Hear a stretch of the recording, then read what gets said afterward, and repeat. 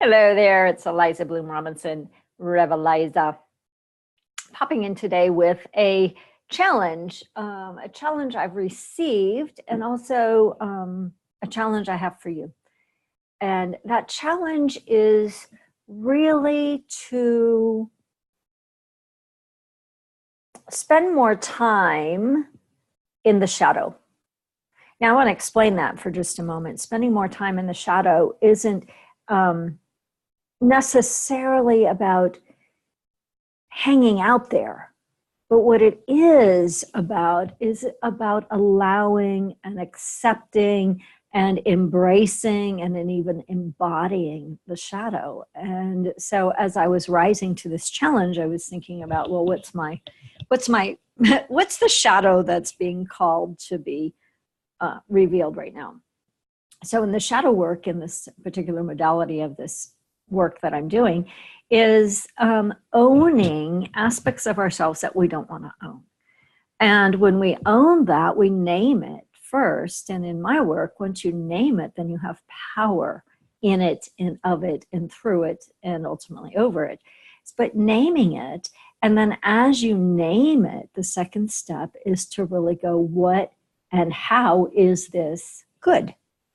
So the first one that came up for me is judgment.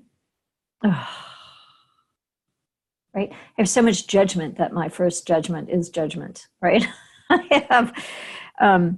I say, which is absolutely 100% true, that I am really not a judgmental person. And that is true for a lot of things on the outer world, right? But the closer you get into my inner circle, like I have somebody in my life who is extremely judgmental about our current political situation. And this person likes to talk about it all the time. And with language that's pretty strong, using words like idiot and wrong, and you get the idea. And I have my own judgments about the outer, but where my judgment hits me up, I just hate saying this out loud, especially on video, is my judgment of that person that's close to me. Like the judgment of the judgment, right? Can you feel how that is?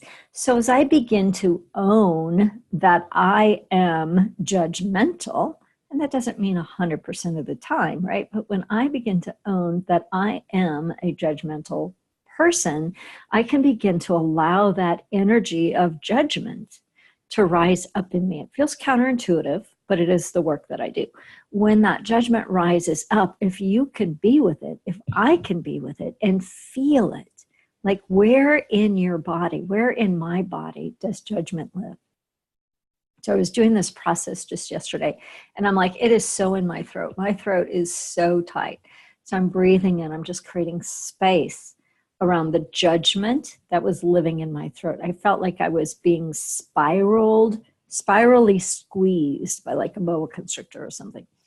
And in that squeeze, I could just breathe into it, just close my eyes, just breathe into it and let it unwind a little bit. And then it begins to move. For me, it moved from here down into my belly, down into my lower hips, my hara area, my root chakra, which is where we really touched into what was really going on.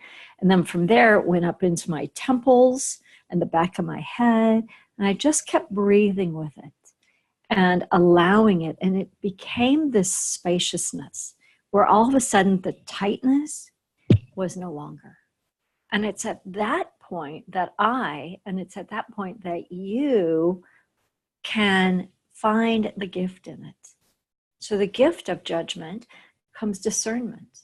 The gift of judgment comes, that is not okay with me, and I'm going to do something about it. See, it shifts a little bit and becomes actually one of your superpowers. So my challenge to you, as I'm doing my own shadow challenge, is to join me.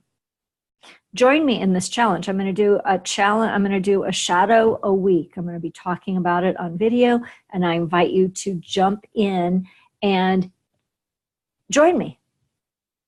And what I know to be true, because I've done this before, what I know to be true is when we own every aspect of ourselves without trying to keep something away or hidden, we become more present in our bodies, with our clients, in our relationships, and in our world. And we become more present in a way that we can take authentic action. Not reactive action, but authentic action. So, this is Getting Real time with Rev Eliza. I am Eliza Bloom Robinson, Rev Eliza, and I will see you next time. Please comment. Please comment. Share your shadow if you're willing. Private message me if you don't want to share it publicly, or just put a word or two so that we can do this work together. It's powerful, it's transformational, and at some point it becomes quite magical. Again, I'm Rev Eliza, and I will see you next time. Bye.